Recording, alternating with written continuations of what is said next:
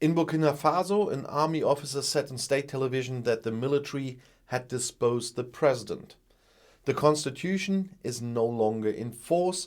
Mutinous soldiers are now in charge. Mutinous soldiers have overthrown President Marc and taken power in the West African crisis-ridden state of Burkina Faso. This was announced by a spokesman for the putschists on state television. The government had been dissolved and the constitution suspended, said Sitsore Kader Ouedraogo, speaking on behalf of the Patriotic Movement for Protection and Restoration, the MPSR. One wants to avoid violence and bloodshed, he said. The MPSR will soon announce how and when Burkina Faso will return to democracy. The country's borders remained closed for at least 4 days, and there was also a curfew between 9 p.m. and 5 a.m. Security circles said on Monday morning that the president and other members of his government had been arrested and taken to barracks in the capital. It's Ouagadougou. However, government circles later said that the head of state has been taken out of his residence on Sunday evening before the soldiers arrived. The ruling party then spoke of a foiled assassination attempt on the head of state and on a minister. Kaboré's whereabouts remained unknown. A reporter from the AFP news agency saw 3 vehicles with bullet holes near the presidential residence on Monday morning. There were traces of blood on one of them. And on Monday afternoon, Kaboré then took the floor on Twitter and asked the soldiers to lay down their arms and engage in dialogue. The West African Community of States, ECOWAS, and the African Union said they support the government. The US Embassy in Ouagadougou, remained closed due to ongoing security concerns.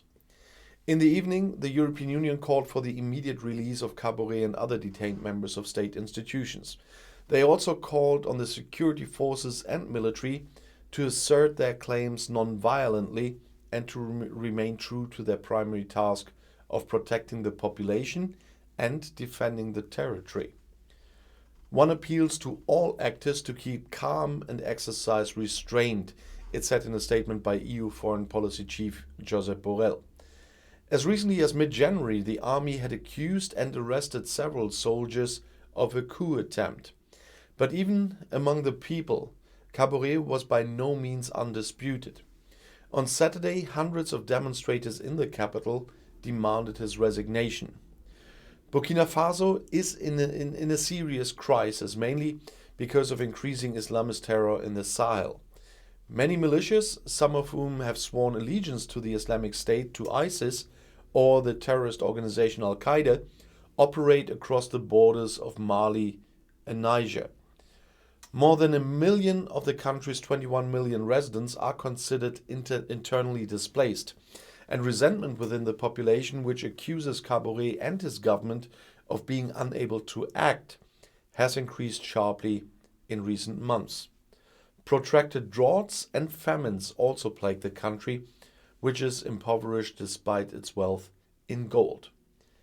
The government of Burkina Faso and its neighbors have little control in the desert-like expanses outside the cities. Burkina Faso has therefore joined forces with Mali, Mauritania, Chad and Niger to form the G5 Sahel group to combat the terrorist groups. Germany and France also support the alliance. Many people travel via Burkina Faso to Niger, one of the most important transit countries for African migrants who want to reach the Mediterranean Sea and cross over to Europe. The coup in Burkina Faso is the 4th in West Africa in around 18 months and has fueled fears that the entire region could be destabilized. The neighboring country of Mali, where the German Bundeswehr is stationed with just over 1,350 soldiers, experienced military coups in August 2020 and May 2021 and is considered to be extremely unstable politically. In Guinea, further to the west, the military has also been in power since President Alpha Condé was ousted by force in September. And I'll see you in my next video. Bis gleich.